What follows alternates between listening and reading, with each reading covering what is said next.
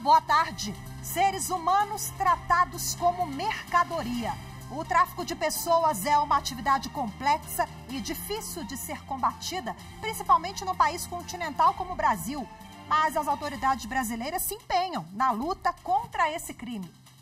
Eu sou Rafaela Vivas e no Jornal da Justiça de hoje nós vamos apresentar um debate sobre os desafios de se enfrentar o tráfico de pessoas no país. E vamos trazer também: Justiça de São Paulo começa julgamento de Thiago Brenan por agressão a modelo em academia. Em Goiás, Justiça aceita denúncia e torna réus envolvidos no esquema de manipulação no futebol brasileiro. E ainda, a presidente do Conselho Nacional de Justiça e do STF, ministra Rosa Weber, vai a Minas Gerais em mais uma etapa das ações do mutirão carcerário.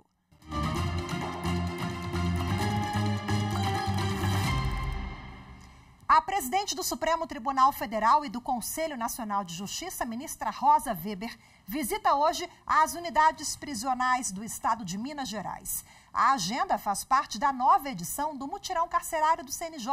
Detalhes com a repórter Carolina Chaves.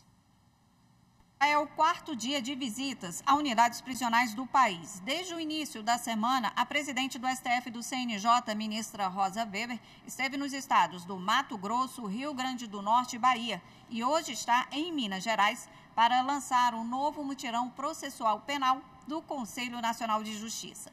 Pela manhã, a ministra esteve nas unidades penais em Igarapé e Betim. Na parte da tarde, a ministra deve participar de um almoço no Palácio do Governo de Minas Gerais e depois segue com a agenda institucional nas unidades judiciárias, onde deve lançar o serviço de atendimento à pessoa custodiada na Central de Recepção de Flagrantes, em Belo Horizonte. Também deve participar de evento de lançamento do ato normativo de protocolos judiciais para apurar possíveis casos de torturas e maus-tratos no sistema prisional. O mutirão carcerário foi criado em 2008 pelo CNJ para garantir e promover os direitos fundamentais na área prisional e tentar minimizar o problema da superlotação.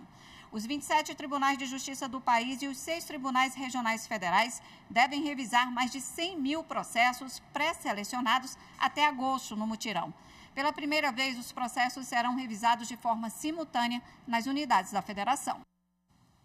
O Ministério Público Federal ajuizou uma ação civil pública para obrigar o governo de Rondônia a reinstalar o Conselho Penitenciário do Estado, que está desativado desde dezembro de 2022. As informações com Pedro Canguçu. O mandato anterior dos conselheiros se encerrou em dezembro de 2022 e até agora não foi renovado. O Conselho Penitenciário é responsável pela fiscalização da execução das penas, dos estabelecimentos prisionais e do serviço neles prestados e não pode permanecer sem funcionamento por muito tempo. De acordo com a ação do Ministério Público Federal, a demora do Estado em recompor o Conselho compromete o estabelecimento de políticas públicas que atendem aos mandamentos constitucionais e aos tratados internacionais relativos aos direitos fundamentais dos presos. O MPF também relembrou os recentes casos envolvendo mortes de detentos no estado de Rondônia e argumentou que, se o COPEN estivesse em funcionamento, poderia ter agido para tentar evitar essa tragédia. Diante do prejuízo, o MPF pediu a urgência na decisão e sugeriu que o juiz fixe prazo não superior a 15 dias para a recomposição. A ação requer ainda que seja aplicada multa diária em valor a ser estipulado pela Justiça, além de outras medidas para obrigar o Estado a indicar e nomear os novos membros. O Supremo Tribunal Federal suspendeu o afastamento de comissionados de unidades de ensino no município de Bauru, no interior de São Paulo. Para a presidente do Supremo, ministra Rosa Weber, a determinação do Tribunal de Justiça de São Paulo põe em risco a prestação de serviço público fundamental. Amanda Mustafa. Para a presidente do STF, a aplicação imediata da decisão do TJ de São Paulo implicaria na dispensa de todos os professores que ocupam funções declaradas inconstitucionais. Segundo a ministra Rosa Weber, as peculiaridades do ensino pressupõem a continuidade das aulas e de todas as atividades escolares durante o ano letivo. Nesse sentido, a prestação inadequada do serviço público de ensino gera prejuízo a crianças e adolescentes. A decisão do Supremo tem caráter liminar e será submetida a referendo do plenário. A suspensão proferida pela presidente do STF, ministra Rosa Weber, trata de uma decisão do Tribunal de Justiça de São Paulo que determinava a extinção em até 120 dias de 3 funções comissionadas em unidades de ensino em Bauru, no interior de São Paulo. O TJ declarava inconstitucionalidade de dispositivos de leis municipais que criaram funções de confiança de coordenador de área, vice-diretor de escola e coordenador pedagógico, exercidas por servidores efetivos da carreira de magistério. A Prefeitura de Bauru recorreu da decisão favorável à extinção das funções e pediu ao STF liminar para suspender os efeitos da medida. O Tribunal Regional Federal da 2ª Região negou pedidos do ex-governador do Rio de Janeiro, Sérgio Cabral, para declarar a suspeição do juiz federal Marcelo Bretas, responsável pela Operação Lava Jato no estado. Os detalhes com Anderson Arcoverde. Sérgio Cabral apresentou 5 pedidos referentes a 11 ações derivadas da Operação Lava Jato. Os processos já estão tramitando na 2ª instância e Cabral responde pelos crimes de corrupção passiva, organização criminosa, peculato e lavagem de dinheiro.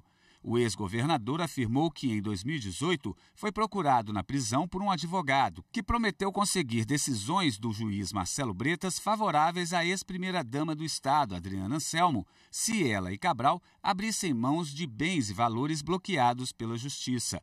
A defesa de Cabral apresentou informações da Secretaria de Administração Penitenciária comprovando 4 visitas do advogado.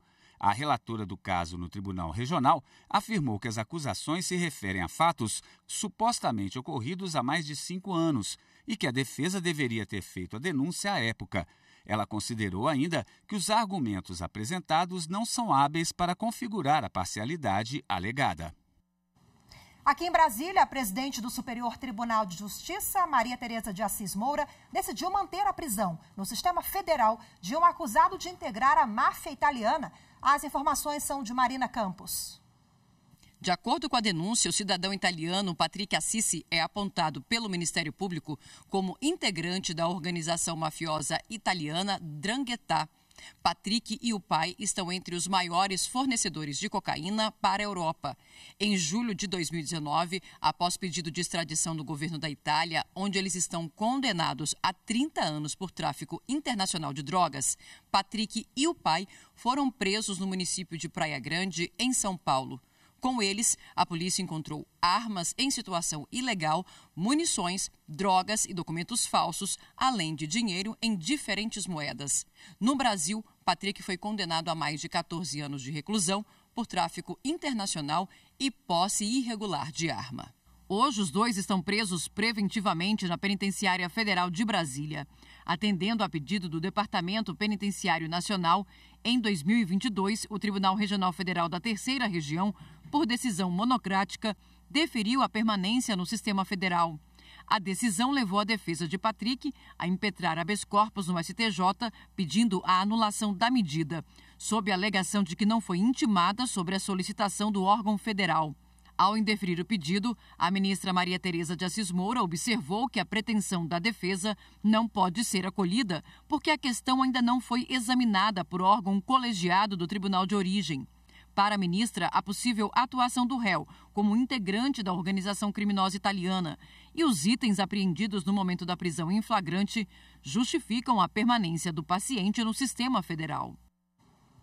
Em instantes, nós vamos falar do combate ao tráfico de pessoas, um crime complexo que envolve fatores sociais e psicológicos. Voltamos já.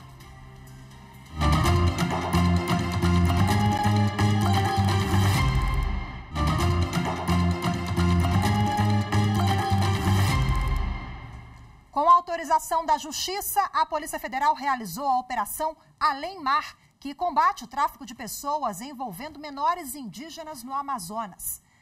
A ação contou com o apoio da Secretaria da Mulher, Assistência Social e Cidadania de Manaus e o Conselho Municipal dos Direitos da Criança e do Adolescente. O alvo da operação foi a Associação Humanitária do Amazonas, que estaria sendo usada para o envio de crianças e adolescentes indígenas para a Turquia. Segundo as investigações, os indígenas eram cooptados por uma organização criminosa no município de São Gabriel da Cachoeira, no interior do Amazonas, e eram forçados a se converter ao islamismo. De acordo com as investigações, os suspeitos de origem turca aliciavam famílias em situação de vulnerabilidade social que autorizavam os filhos a estudarem na Turquia. Os menores eram levados do município de São Gabriel para Manaus, onde começavam a ser doutrinados. Depois eram levados para São Paulo, onde as crianças trocavam de nome e de lá seguiam para a Turquia. A suspeita da polícia nesse caso é a prática de tráfico de pessoas. 5 indígenas chegaram a ser levados para a Turquia pela associação, mas foram deportados por estarem de forma ilegal na Europa. A ação é um desdobramento da Operação Além Mar, que começou em fevereiro deste ano, quando o Conselho Tutelar e a Vigilância Sanitária de Manaus resgataram 15 menores indígenas. Na época, também foram encontrados alimentos vencidos na associação. O local funcionava sem autorização como abrigo de crianças e adolescentes. Este mês, a Polícia Federal cumpriu 2 mandados de busca e apreensão, um na casa do investigado de origem turca, que teve o passaporte apreendido, e outro na Associação Humanitária do Amazonas. E agora, para a gente repercutir esse assunto, eu converso ao vivo, mas de forma remota, com o advogado Fabrício Bonvecchio, que é especialista em processos que envolvem o tráfico de pessoas. Olá, doutor Fabrício, muito boa tarde. Obrigada pela participação do senhor. Boa tarde. Bom, para a gente começar, eu gostaria que o senhor caracterizasse esse tipo de crime. Quais são os elementos que envolvem o tráfico de pessoas, doutor Fabrício? Bom, tráfico de pessoas é um crime, por incrível que pareça, cada vez mais comum. Ele tem um crescimento bastante grande. Essa é a grande realidade. E o tráfico de pessoas, ele caracteriza-se por vários elementos. O que seria, na realidade, o tráfico de pessoas? Simplesmente a vítima ser quitada, ser retirada do seu ambiente, onde vive, onde trabalha, da sua cidade, do seu estado, às vezes até do seu país. E com isso também ela tem uma redução de mobilidade, ela não tem liberdade para fazer nada, ela não consegue sair da situação. Ela pode ser envolvida em questão de exploração sexual, ou seja, o tráfico sexual, ou o tráfico laboral, que existe também. São as pessoas que são cooptadas, na realidade, para trabalhar, e a gente tem aquela questão extremamente grave também, não que as outras não sejam, que é a remoção de órgãos e tecidos. Então, qualquer pessoa que tenha a sua mobilidade reduzida, que não tenha mais o controle do seu ir e vir, da sua liberdade, seja por estar presa ou seja por estar sem seus documentos, isso pode se caracterizar tráfico de pessoas. O importante só é a gente deixar bastante claro que o tráfico de pessoas hoje ele é o terceiro negócio ilícito mais rentável no mundo. Ele só está atrás do tráfico de drogas e do tráfico de armas. Veja que, segundo a ONU, o tráfico de pessoas hoje movimenta cerca de 32 bilhões de dólares no mundo todo. E o mais importante disso tudo é saber que quase 90% desse valor ele provém dos casos de exploração sexual. Bom, os gargalos são inúmeros, né? A gente vê aí que os índices, os números são alarmantes no país e no mundo, mas quais são os principais na avaliação do senhor? Quais os gargalos para a gente conseguir avançar e frear essas ações no país? O maior problema que a gente tem realmente é a falta de conhecimento das pessoas com relação ao que pode estar ocorrendo. E o grande problema que acaba incentivando a ocorrência desse tipo de crime é a situação de pobreza das pessoas e as falsas promessas. Importante dizer que o tráfico de pessoas ele envolve vítimas que, inclusive, dão o seu consentimento, ou seja, elas vão de forma voluntária para o local e, chegando lá, elas se deparam com uma situação totalmente diversa do que eles esperavam. É muito comum que as pessoas recebam propostas para trabalhar de modelo, para trabalhar em restaurantes, para receberem posições que pagam bastante bem em outros países. Ou seja, elas são enganadas, elas acreditam que estão viajando para obter postos de trabalho bem remunerados e, no final das contas, elas estão sendo vítimas de um aliciamento para tráfico de pessoas para as mais diversas finalidades, né? Agora, tem tráfico aqui também, né? Dentro do país. O senhor falou no início da nossa conversa, né, que é um crime muito comum, inclusive. Exatamente. A gente tem uma ocorrência muito grande de tráfico dentro do país, principalmente na região Nordeste e região Norte, seguindo naquela linha que nós conversamos antes. Um número muito grande, percentual dessas pessoas, elas têm como destino a prostituição. Depois disso, a gente tem a questão do comércio de órgãos. E, por último, a gente tem a questão do trabalho escravo. Então, imagine que dentro do país, a gente tem essa situação bastante forte.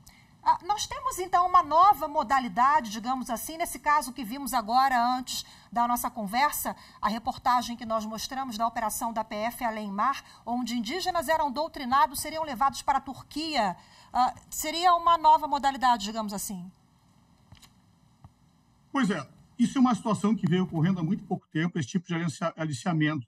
Tem uma característica religiosa também, mas já se observa isso há algum tempo, no qual as pessoas são levadas para outro país e são obrigadas, então, a se converter a determinada religião.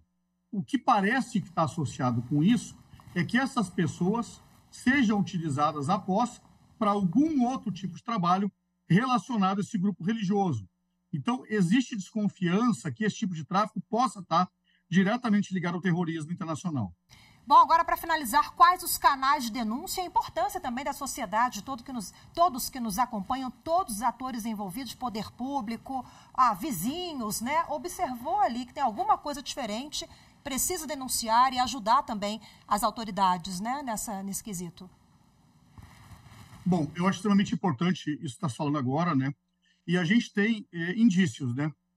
E a pessoa, geralmente, quando ela está sofrendo esse crime de tráfico humano, ela tem seu passaporte retido, ela tem seus documentos sonegados, isso fica na mão de terceiros, ela não sabe para que endereço ela está indo, ela geralmente não tem contato com familiares, com amigos, com pessoas que anteriormente ela tinha contato, e geralmente a gente nota que não é tão difícil entender quando se está envolvido numa situação eminente de tráfico humano. Por exemplo, sempre duvidem de propostas mirabolantes de emprego fácil, propostas lucrativas.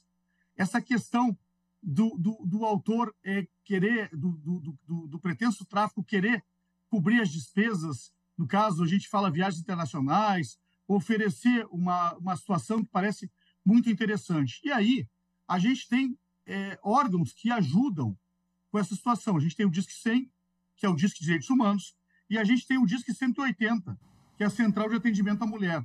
Então, é bastante importante que sempre se fique muito atento a esses sinais e que a qualquer desconfiança desse tipo de coisa, procure esses órgãos. Perfeito, excelente para a gente terminar a entrevista com essa reflexão. Muito obrigada pela participação do senhor mais uma vez. Conversei ao vivo aqui na Rádio TV Justiça com o Dr. Fabrício Bonvecchio. Boa tarde, até a próxima. Boa tarde, obrigado.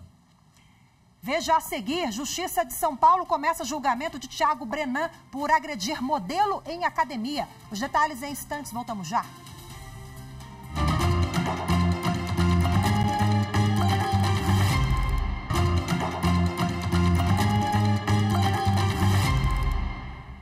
A Justiça de São Paulo faz hoje o terceiro julgamento do empresário Thiago Brenan. Ele é acusado de crimes de lesão corporal e corrupção de menores. O caso ganhou notoriedade depois que o empresário agrediu uma mulher dentro de uma academia de ginástica. Após a denúncia, em setembro do ano passado, o empresário deixou o país e permaneceu no Oriente Médio até abril deste ano, quando foi preso nos Emirados Árabes e deportados. Os detalhes com Amanda Mustafa. A audiência será na 6ª Vara Criminal da capital paulista a partir da 1 da tarde por videoconferência. O juiz Henrique Vergueiro Loureiro, do Tribunal de Justiça de São Paulo, vai presidir os trabalhos. Estão previstas oitivas da modelo Helena Gomes, agredida por Tiago Brenan dentro de uma academia de ginástica, e de testemunhas, além de interrogatório do réu. O caso ganhou notoriedade após imagens mostrando Tiago Brenan agredindo a mulher repercutirem em rede nacional. Na ocasião, o empresário estava acompanhado de seu filho. Por isso, além de ser acusado por crime de lesão corporal, ele também será julgado hoje por corrupção de menores. O processo tramita em segredo de justiça.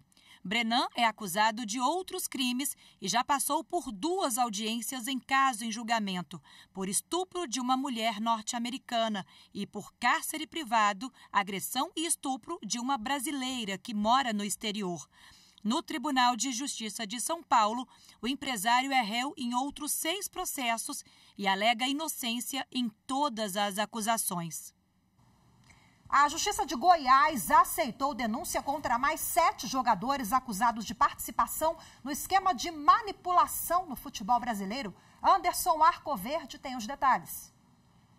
Com a decisão da Justiça goiana, os 7 jogadores se tornam réus. São eles Aleph Manga, do Coritiba, Igor Cariús, do Sport, Jesus Trindade, do Coritiba, Tony Anderson, ex-Coritiba e atualmente no Ceará, Dadá Belmonte, ex-Goiás e atualmente no América Mineiro, Pedrinho, ex-Atlético Paranaense, e Sid Clay, ex-Cuiabá e atualmente no Dínamo de Kiev.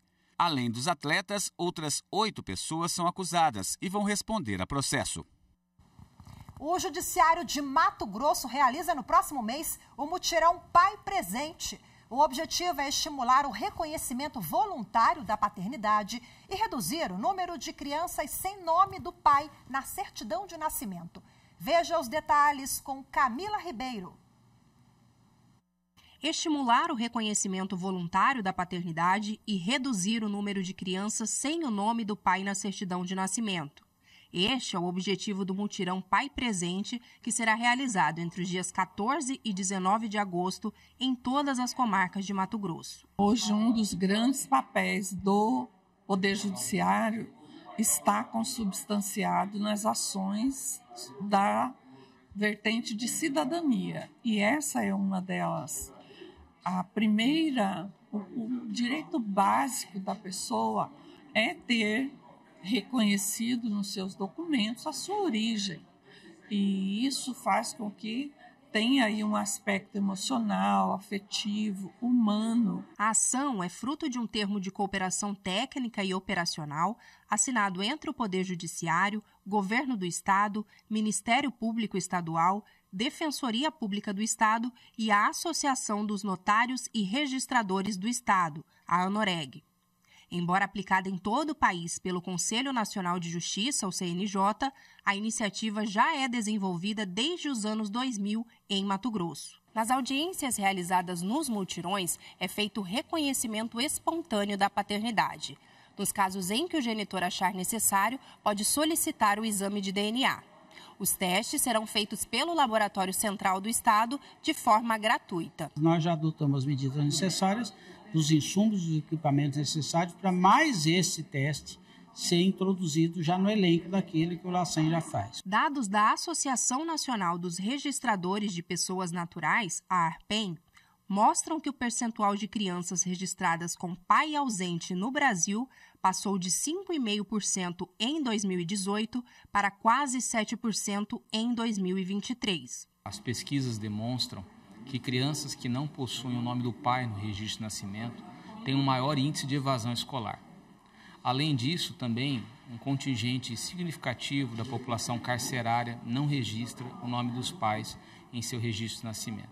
Essas são constatações muito tristes, né? E projetos como esse permitem a gente mudar essa realidade. Além de assegurar um direito fundamental garantido pela Constituição Federal e pelo Estatuto da Criança e do Adolescente, o ECA, o mutirão Pai Presente contribui para fortalecer os vínculos familiares e garantir o bem-estar dos envolvidos. É a dignidade e traz também a sensibilidade e a pessoa se acha pertencente quando ele tem o registro de nascimento e ele passa a não sofrer questionamento de quem seria o pai. Há uma completude, não é, naquele ato ali, quando há o reconhecimento de pai, já é um cidadão, mas com o nome do pai é totalmente diferente. Então ele sente a concretização desse direito fundamental que está na Constituição, que é de todos, mas ali a concretização dele.